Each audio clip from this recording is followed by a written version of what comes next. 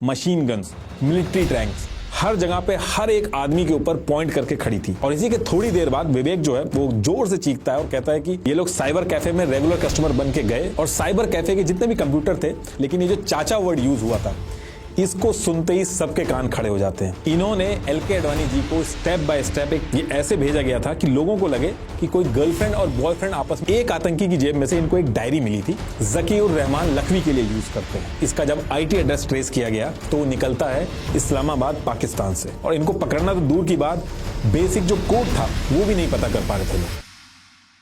देखिए, India gate, अगर हम सिविक अथॉरिटीज के डेटा के हिसाब से देखें तो इंडिया गेट पे वीकडेज पे 10,000 और वीकेंड पे 20,000 से ज्यादा लोग अपने बच्चों और फैमिली के साथ वहां पे आते हैं। अब आप सोच के देखिए कि अगर गलती से भी कोई आतंकवादी यहां पे हमला करने में कामयाब हो गया तो कितना बड़ा डैमेज हो सकता है, सोचने में भी आपको डर लगे। लेकिन एक्चुअल में एक टाइम ऐसा था जब आतंकवादी इंडिया गेट पे एक प्रॉपर अटैक प्लान करके एग्जीक्यूट करने वाले थे। और फिर एक अनएम्प्लॉयड लड़के ने, जो सिर्फ एक दिन पहले दिल्ली में आया था, उसने लास्ट मोमेंट पे इस पूरे अटैक को रोक दिया। आप में से शायद कई लोगों को याद भी होगा कि पहले जब इंडिया गेट पे आप जाते थे तो इंडिया गेट को आप पास जाके टच भी कर सकते थे।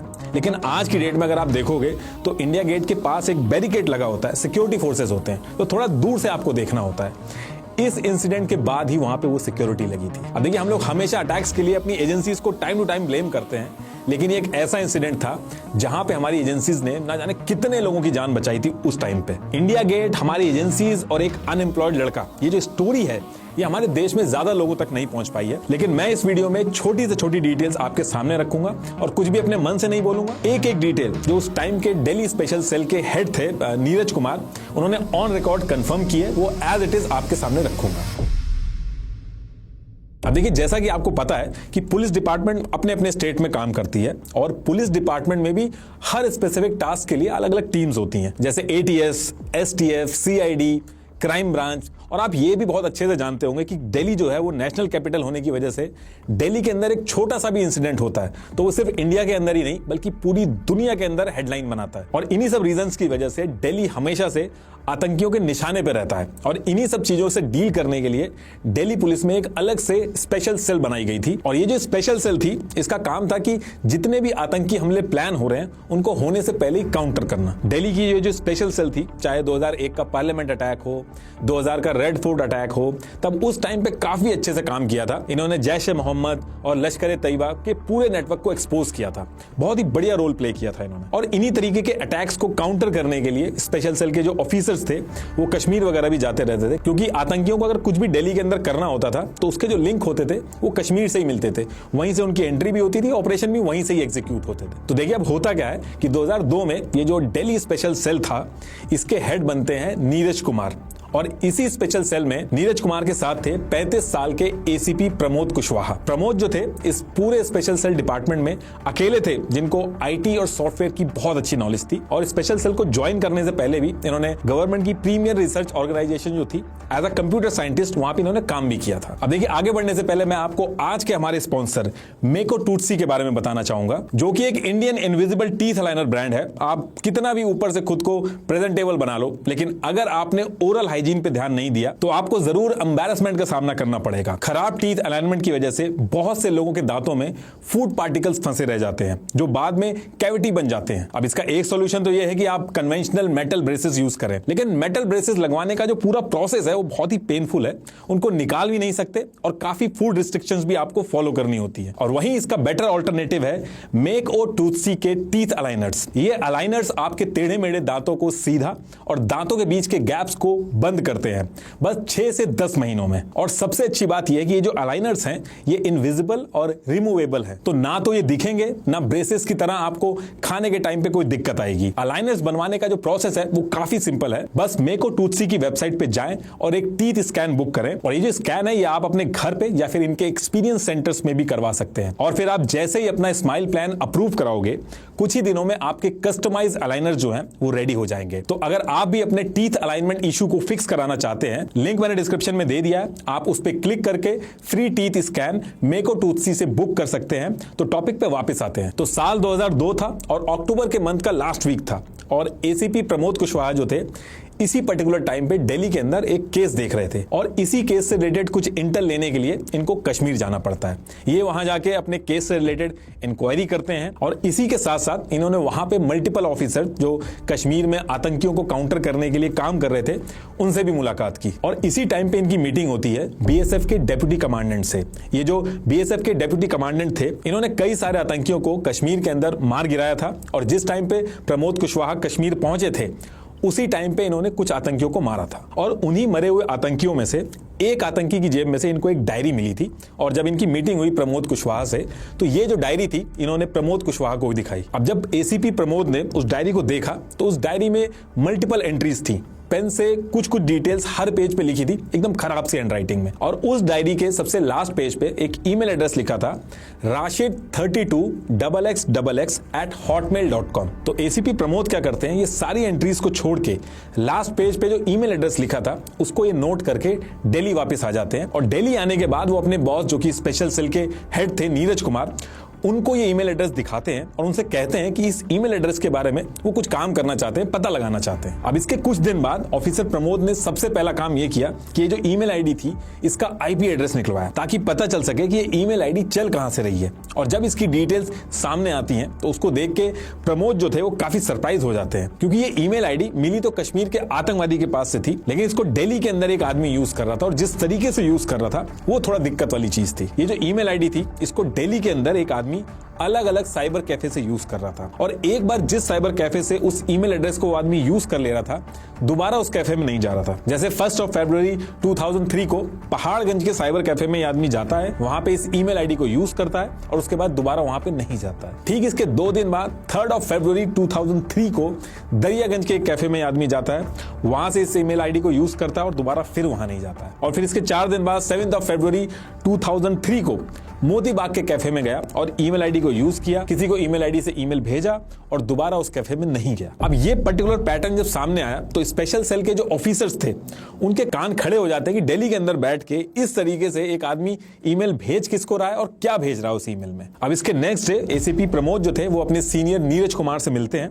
और सब मिलके इस केस पे काम करने का डिसाइड करते हैं। तो सबसे पहला काम ये लोग क्या करते हैं कि जिन जिन कैफे के अंदर ये ईमेल एड्रेस यूज हुआ उसको मैप के ऊपर पॉइंट से लगाते हैं और जब ये सारे पॉइंट लगाते हैं तो एक पैटर्न बनता है जिसमें ये था कि ये आदमी लोकेशन तो चेंज कर रहा है लेकिन सिर्फ सेंट्रल दिल्ली का जो एरिया है वहां के कैफे यूज कर रहा है। तो इसका मतलब ये है कि ये आदमी शायद सेंट्रल दिल्ली के अंदर ही रहता होगा। अब इसके तुरंत बाद ये लोग नेक्स्ट स्टेप ये लेते हैं कि जितने भी कैफे थे जहां जहां पे ईमेल एड्रेस यूज हुई थी, जहां जहां पे इनको डाउट था, उस एरिया में ये लोग पुलिस तैनात कर देते हैं ताकि अगर कुछ इंटेल मिले और दोबारा से कोई उस ईमेल एड्रेस को उस एरिया में यूज करे तो पुलिस तुरंत पहुंच सके उस कैफे के पास और उसको पकड़ सके। दूसरी चीज इन्होंने क्या की कि कुछ पुलिस ऑफिसर्स को रेगुलर कस्टमर बना के इन साइबर कैफे में भेजा।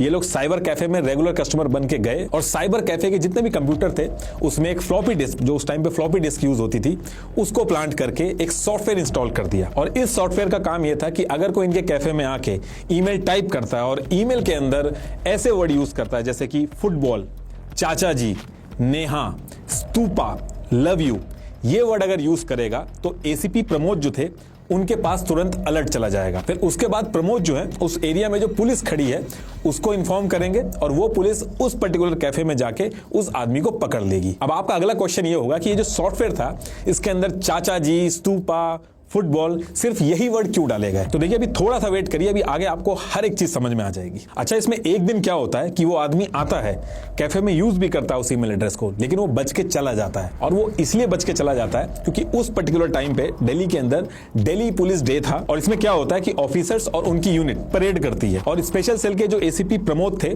उनको इस परेड में एक यूनिट को लीड करने के लिए बोला गया था। हालांकि इस चीज के लिए प्रमोद के जो बॉस थे नीरज कुमार, उन्होंने इंसिस्ट किया कि परेड से इनका नाम हटा दीजिए, ये एक इंपॉर्टेंट ऑपरेशन में काम कर रहे हैं, लेकिन इनका नाम नहीं हटाया जाता है और उस दिन इनको परेड के लिए जाना पड़ता है। और एज पर नीरज कुमार इनका नाम आसानी से हटाया जा सकता था, लेकिन अपने ईगो को सेटिस्फाई करने के लिए कुछ ऑफिसर्स ने नहीं हटाया और इसकी वजह से एसीपी प्रमोद को मजबूरी में ऑपरेशन को बीच में छोड़ के परेड ज्वाइन करनी पड़ी। सारे मैसेज जो थे वो एसीपी प्रमोद के पास आ रहे थे, लेकिन वो परेड में इन्वॉल्व होने की वजह से रिक्वायर्ड एक्शन जो लेना चाहिए था वो नहीं ले पाते हैं और इसी वजह से उस दिन कैफे पे जो आदमी आया था, ईमेल करके चला गया था, उसको नहीं पकड़ पाते हैं। लेकिन इसके बाद फिर से स्पेशल सेल जो थी वो अपना काम स्टार्ट करती है और इन ईमेल्स के बीच में क्या इंफॉर्मेशन एक्सचेंज हो रही है उसको ट्रैक करना स्टार्ट करती है। बेसिकली जो भी ईमेल सेंड किए जा रहे थे दिल्ली के अलग अलग साइबर कैफे से, उसमें पैसे के ट्रांसफर की बात होती थी, किराए पे घर लेके छुपने की बात होती थी। तो इससे स्पेशल सेल के सामने जो एक्चुअल पिक्चर थी वो क्लियर नहीं हो पा रही थी। लेकिन इसके कुछ दिन बाद ये जो राशिद वाली ईमेल आईडी थी जो मैंने शुरू में बताई थी आपको,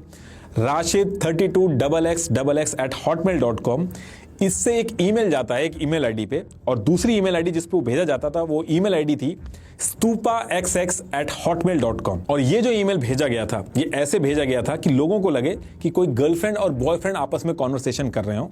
शुरू में नॉर्मल मैसेज रहता था और उस नॉर्मल के बीच में ये लोग अपना हिडन मैसेज डाल के फिर भेजते थे ईमेल। ये वो ओरिजिनल मैसेज था जिसमें शुरू में तो ये लिखा था, my dear darling, I am so happy that you love me and you are made for me, you also know that I love you and that you are most important to me in this world. लेकिन इसके just आगे लिखा था, dear brother मुजल्लिम, सलाम वालेकुम, उनको मैंने ठहरा दिया है, ये कॉलेज वाला इलाका है, भीड़ भाड़ मेन है, सब ठीक है और कोई बात होगी तो मैसेज भेज देना। चाचा जी को सलाम अर्ज करना, आपका भाई। अब देखिए इस ईमेल में सारी चीजें तो सही थी, लेकिन ये जो चाचा वर्ड यूज हुआ था इसको सुनते ही सबके कान खड़े हो जाते हैं, क्योंकि स्पेशल सेल का जो डिपार्टमेंट है उनको पता था कि आतंकवादी ये जो चाचा वर्ड है जकीउर रहमान लखवी के लिए यूज करते हैं। ये लश्कर तैयबा का टॉप लीडर था, इसी ने 2001 में पार्लियामेंट पे हमला करवाया था। आगे चल के जो मुंबई अटैक हुआ था 26/11, उसके पीछे भी यही मास्टरमाइंड था। अगर आपने कॉन्वर्सेशन सुनी होगी तो उसमें भी चाचा वर्ड यूज हुआ था, इसलिए सबके कान खड़े हो गए थे कि जरूर ये लखवी है जो डायरेक्ट बात कर रहा है। तो बेसिकली इस ईमेल से इनको ये समझ में आ गया था कि जो लखवी है इंडिया के अंदर कुछ बड़ा प्लान कर रहा है और उसी के रिगार्डिंग बात चल रही है। अब इसके बाद 11 फरवरी को फिर से ईमेल भेजा जाता है, वही सेम ईमेल आईडी rashid32xxx@hotmail.com, और वो भेजता है स्तूपा वाली आईडी पे stupa@hotmail.com। और उसमें भी सेम वही पैटर्न था, शुरू में कुछ और बात लिखी थी और उस बात के बाद अपना रियल मैसेज लिखा था। ये वो मैसेज था, my darling, I am coming to you soon, please wait for me, it will not be long before we get married, you will come to me and I will come to you in your arms, please take me and keep me forever. और फिर इसके बाद अपना ये real message शुरू करते हैं, dear brother Muzammil, सलाम वालेकुम, आपका मैसेज मिला, मैं उस आदमी से मिल लूंगा, उसका नंबर अभी स्विच ऑफ है, थोड़ी देर में फिर ट्राई करता हूं, काम के बाद आपको मैसेज भेजता हूं, आपका भाई। और इस ईमेल के बाद भी ये लोग रुकते नहीं है, 13 फरवरी को फिर से एक ईमेल आता है, लेकिन इस बार एक चीज अलग होती है कि नई ईमेल आईडी पे मैसेज जाता है। इस बार stupaxx हॉटमेल जो ईमेल आईडी थी वो एक नई ईमेल आईडी थी, neha-singh1xx2@hotmail.com, इस पे ईमेल भेजा जाता है और वो मैसेज ये था, नेहा डियर, सलाम वालेकुम, अल्लाह आपकी हिफाजत करे, आप और भाई अपने काम पर लगे रहो, बिफोर 15 फरवरी 2003 को आपके शहर में तारीख उसको लेके आपके पास आ जाएगा।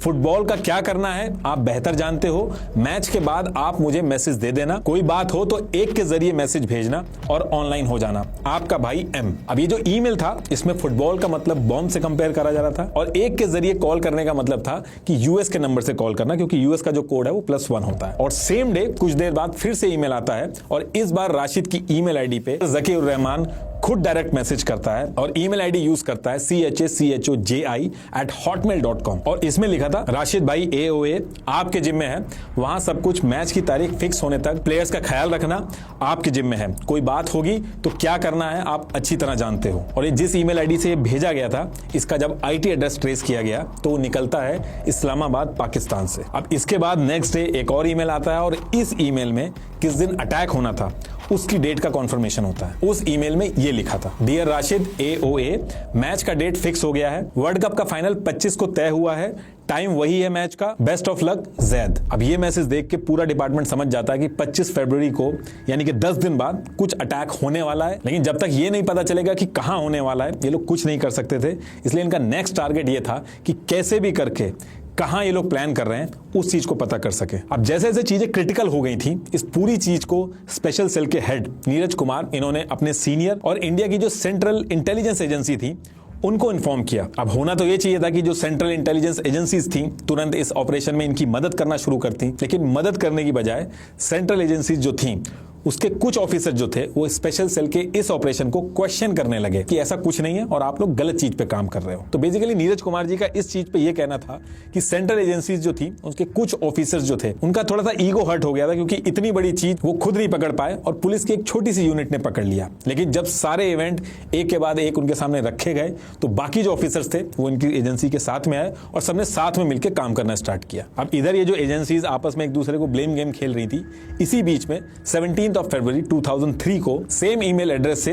एक ईमेल आता है, लेकिन इस बार लोकेशन चेंज होती है। और जब इसकी ईमेल आईडी को ट्रेस किया जाता है तो इस्लामाबाद की जगह इस बार जो ईमेल आया था वो पेशावर से आया था। लेकिन ये जो ईमेल आया था ये सबसे इंपॉर्टेंट ईमेल था, क्योंकि इस ईमेल की सबसे अच्छी बात ये थी कि इसमें सारी डिटेल्स थी, लेकिन बुरी बात यह थी कि जो भी डिटेल्स आई थी वो कोड में बन के आई थी और किसी को समझ में नहीं आ रहा था कि वो कोड का मतलब क्या है। और उस ईमेल में लिखा था मैच की जगह फिक्स हो गई है, लेकिन उसके बाद खाली पॉइंट में नंबर लिखे हुए थे, जैसे 0.05, 0.00 और लास्ट में जाके -7 लिखा था। और ये डेसिमल में डिजिट लिखने के बाद नीचे लिखा था सबको बोल दें ग्राउंड देख लें, प्लेयर को प्रैक्टिस करना है। और इसी के बाद एक ईमेल और भेजते हैं, उसमें तो कुछ भी नहीं लिखा था, प्योर कोड लिखे हुए थे 0.7, 0.02, 0.5। अब सबको ये तो पता था कि इन्हीं कोड में सारी डिटेल्स हैं, लेकिन इन कोड्स का मतलब क्या है ये कोई समझ नहीं पा रहा था। और ये जो कोड भेजे गए थे इस बार नई ईमेल एड्रेस से भेजे गए थे, जैसे पुराना मकान @hotmail.com, birthday@hotmail.com। तो 18 फरवरी 2003 को ये ईमेल आया था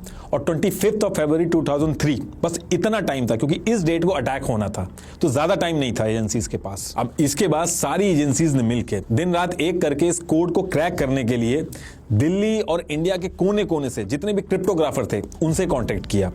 आर्म फोर्सेस थी कुछ, उनके पास गए, कुछ गवर्नमेंट रिसर्च ऑर्गेनाइजेशन थी, कुछ यूनिवर्सिटीज थी जो इस पे काम करती थी, उनको सीक्रेटली ये कोड भेजे गए, लेकिन कोई भी इस कोड को क्रैक नहीं कर पा रहा था। पूरी रात बैठ के इंटेलिजेंस एजेंसीज जो थी वो कोड का क्या मतलब है ये समझने की कोशिश कर रही थी और टाइम बहुत ही कम था। इनफैक्ट एसीपी प्रमोद जो थे, इनकी जान पहचान यूएस के अंदर एक क्रिप्टोग्राफी कंपनी थी उसके अंदर भी थी। इन्होंने इस कंपनी से बात की तो उस कंपनी ने कहा कि कोड तो ये क्रैक हो जाएगा, लेकिन उन्होंने एक अमाउंट मांगा और वो अमाउंट इतना ज्यादा था कि कोई इंडिविजुअल उसको पे नहीं कर सकता था, उसके लिए गवर्नमेंट को ही बीच में आना पड़ता। अब इस चीज को लेके सीनियर्स के साथ मल्टीपल मीटिंग्स हुई, लेकिन फिर ये बोला गया कि फॉरेन एक्सचेंज में पैसा देना है और पैसा ज्यादा मांग रही है ये कंपनी, जब तक अप्रूवल आएगा गवर्नमेंट वगैरह से तब तक बहुत लेट हो चुकी होगी। अब इसके नेक्स्ट डे 19 फरवरी 2003 को एसीपी प्रमोद जो थे उनके कॉलेज का एक जूनियर था जिसका नाम था विवेक ठाकुर, जो कि अनएम्प्लॉयड था और वो दिल्ली के अंदर जॉब ढूंढने आया था। और दिल्ली में आने के बाद वो सीधे अपने सीनियर प्रमोद के पास जाता है और वहीं जाके रुकता है। अभी जो विवेक था ये कोई क्रिप्टोग्राफर नहीं था, ना ही इसको कंप्यूटर कोड्स की इतनी ज्यादा कोई खास नॉलेज थी। लेकिन विवेक जब अपने कॉलेज के सीनियर प्रमोद के पास पहुंचता है तो प्रमोद को देख के समझ गया था कि ये किसी बात को लेकर परेशान है। जिस तरह से प्रमोद इधर से उधर भाग रहे थे, एंजाइटी हो रही थी उनको, तो उसने पूछने की कोशिश की कि कोई बात हो गई है, लेकिन प्रमोद ने ज्यादा कुछ डिटेल्स नहीं बताई, बस इतना बताया कि एक इंपॉर्टेंट कोड है वो सॉल्व नहीं हो रहा है, उसी के लिए सारे लोग परेशान हैं। और विवेक जो था उसने भी कहा कि आप एक बार कोड मुझे दिखा दो, मैं भी खाली टाइम में बैठ के देख लेता हूं कि क्या मैं इसको सॉल्व कर सकता हूं कि नहीं। तो जो एसीपी प्रमोद थे उन्होंने विवेक को कोड तो दे दिया और इसके तुरंत बाद वो निकल गए कि इंडिया के जो बाकी क्रिप्टोग्राफर्स हैं उनसे बात करेंगे। तो मल्टीपल मीटिंग्स करने लगे वो इस कोड को क्रैक करने के लिए। अब इधर ये सारी चीजें चल रही थी और इसी बीच में एक और ईमेल आ जाता है जिसमें लिखा था, ब्रदर अस्सलाम वालेकुम, भाई मैं आज ही श्री से डेल आ गया हूं, उस आदमी से राब्ता करके आपको खबर करता हूं, सुंदर। अब ये मैसेज जब देखते हैं तो एक तो वैसे ही कोड नहीं सॉल्व हो रहा था, प्लस इस मैसेज से ये भी पता चल गया था कि जिन लोगों को अटैक करना था वो दिल्ली के अंदर भी पहुंच गए हैं, तो टाइम बहुत ही कम बचा था। इधर ये सारे लोग इकट्ठे हो रहे थे और इनको पकड़ना तो दूर की बात, बेसिक जो कोड था वो भी नहीं पता कर पा रहे थे लोग। दिल्ली बहुत ही बड़ा इलाका है, तो बिना उस कोड को क्रैक करे ये पता नहीं चल सकता था कि अटैक कहां होगा, और जब तक ये नहीं पता चलेगा कि अटैक कहां होगा तो उसको रोका नहीं जा सकता। अब इसके बाद सेम डे एसीपी प्रमोद बाहर से मल्टीपल मीटिंग करके इस कोड को क्रैक करने के लिए वापस ऑफिस में आते हैं, तो वो देखते हैं कि उनके कॉलेज का जूनियर विवेक जो था वो विजिटर्स काउच पे बैठा हुआ था, पेन और पेपर लेके उसी कोड में लगा था। अब ये जो विवेक ठाकुर था, ये जो जॉब ढूंढने आया था, ये कंप्यूटर कोड का एक्सपर्ट नहीं था, लेकिन इसमें इतना ज्यादा इंटरेस्ट इसलिए ले रहा था क्योंकि स्कूल में इसके टीचर ने इससे रिलेटेड जीरो और बाइनरी का एग्जांपल देके कुछ समझाया था और इसको लग रहा था कि ये इसको सॉल्व कर लेगा, और विवेक को लग रहा था कि ये जो कोड है ये उसी से कुछ मिलता जुलता है, इसलिए वो ज्यादा इंटरेस्ट दिखा रहा था। और इसी के थोड़ी देर बाद विवेक जो है वो जोर से चीखता है और कहता है कि अरे कोड क्रैक हो गया, ये तो बहुत ही सिंपल है, मेरे मैथ्स के टीचर ने एक बार स्कूल में सिखाया था। तो अब ये सुनने के बाद जो प्रमोद थे वो शुरू में तो यकीन नहीं करते हैं, वो कहते हैं कि बताओ क्या है इस कोड का मतलब, और फिर वो बताना शुरू करता है। तो देखिए इन्होंने इस कोड में क्या क्या किया था, इन्होंने हर अल्फाबेट को डेसिमल नंबर अलॉट किए थे। जैसे ए जो था उसको 0.0, ऐसे ही जो लेटर बी था उसको 0.1 और ऐसे जो लेटर सी था उसको 0.2। लेकिन जब 0.9 तक आ जाता था उसके बाद ये एक जीरो बढ़ा देते थे। जैसे कि लेटर जे जो था वो आता था 0.9 पे और उसके बाद जो के आता था वो 0.00 हो जाता था, जो एल था वो 0.01 हो जाता था।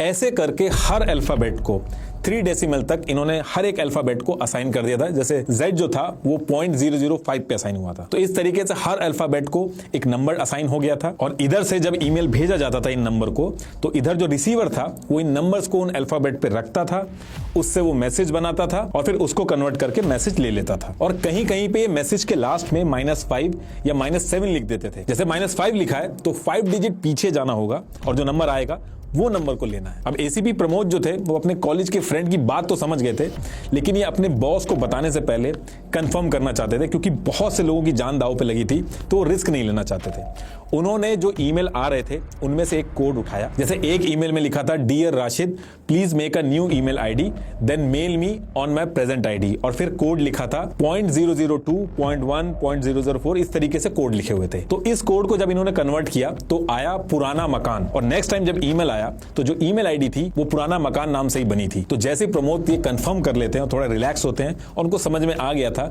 कि इसी तरीके से ये लोग मैसेज ट्रांसफर कर रहे हैं एक दूसरे से, अपनी हायर अथॉरिटी को इन्फॉर्म करते हैं, सब इस चीज को कंफर्म करते हैं और मेन मैसेज जो आया था अब उसको कन्वर्ट किया जाता है। तो जब मेन मैसेज को कन्वर्ट किया जाता है तो वो कन्वर्ट होने के बाद आता है INDIA इंडिया GATX। तो यहां से समझ जाते हैं कि इंडिया गेट की बात हो रही है। एक्चुअली पाकिस्तान से जिसने ये ईमेल का कोड भेजा था उसने स्पेलिंग मिस्टेक कर दी थी, इसीलिए इंडिया गेट में GATE की जगह GATX हो गया था। अब इससे सारी चीजें कंफर्म हो गई थी कि 3 दिन बाद यानी कि 25 फरवरी 2003 को ये लोग अटैक करने वाले हैं और इंडिया गेट लोकेशन है इनकी। और इंडिया गेट का नाम सुन के डिपार्टमेंट जो था वो ज्यादा परेशान हो गया था, क्योंकि बहुत ही भीड़ रहती है इंडिया गेट पे। तो अगर ये अटैक कर देते हैं तो बहुत ज्यादा नुकसान होता है। इनफैक्ट पार्लियामेंट पे जो हमला हुआ था उससे भी बड़ा अटैक हो सकता था ये। अब इसके बाद सबसे पहला काम इन्होंने ये किया कि आम जनता जो इंडिया गेट के पास जाके छू रही थी इंडिया गेट वगैरह को, वहां पे बैरिकेड लगा दिया जाता है, सिक्योरिटी लगा दी जाती है, तो दूर से ही लोग इंडिया गेट को देख सकते थे।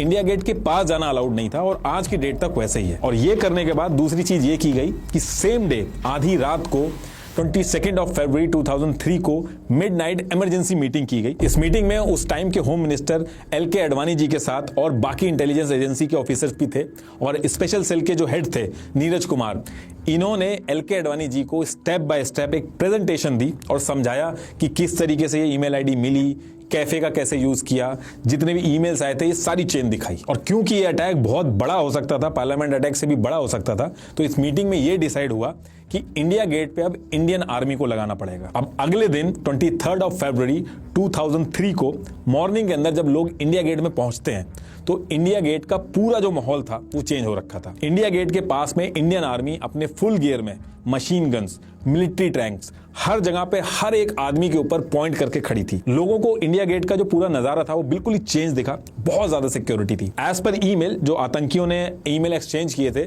उसमें यह मेंशन था कि 23 फरवरी को आतंकी जो है वहां पे जाएंगे, वहां पे रेकी करेंगे, लोकेशन जो थी उसको ऑब्जर्व करेंगे और एक प्लान बनाएंगे। जिसका मतलब यह था कि जब वो सिक्योरिटी वहां लगी थी और जब वो ऑब्जर्व करने जा रहे थे तो जितने आतंकी थे उस टाइम पे वो भी वहां पे मौजूद होंगे। और जैसे ही सिक्योरिटी इंडिया गेट पे लगती है, जितनी ईमेल आईडीज बनी थी ये सारी इनएक्टिवेट हो जाती हैं, जितने भी मैसेज इधर से उधर जा रहे थे वो सब बंद हो जाते हैं और आज की डेट तक उन ईमेल आईडीज पे कभी कोई बात नहीं हुई। और बहुत ही बड़ा अटैक इंडिया गेट पे जो होने वाला था, एक अनएम्प्लॉयड लड़का जिसको कंप्यूटर कोड तक नहीं पता थे, कंप्यूटर का बैकग्राउंड नहीं था, क्रिप्टोग्राफर नहीं था, एक सिंपल से कोड को क्रैक कर दिया जिसको बड़ी बड़ी इंटेलिजेंस एजेंसी जो थी वो नहीं क्रैक कर पाई थी। एसीपी प्रमोद के दोस्त विवेक ठाकुर का सेम डे पे आना और एसीपी प्रमोद का कश्मीर जाना, डायरी लेके वहां से ईमेल आईडी लेके आना, एक बहुत ही बड़ा कोइंसिडेंस था जिसकी वजह से ना जाने कितने लोगों की जान बची। और लास्ट में एक बार फिर से आपको बता दूं कि मेको टूटसी की वेबसाइट जरूर चेक करना for their invisible teeth aligners, जो मेटल ब्रेसेस की तरह आपके टेढ़े मेढ़े दांतों को सीधा करता है to give you a confident smile. अपना फ्री टीथ स्कैन बुक करने के लिए डिस्क्रिप्शन में दिए गए लिंक पे क्लिक करना ना भूलें। Thank you.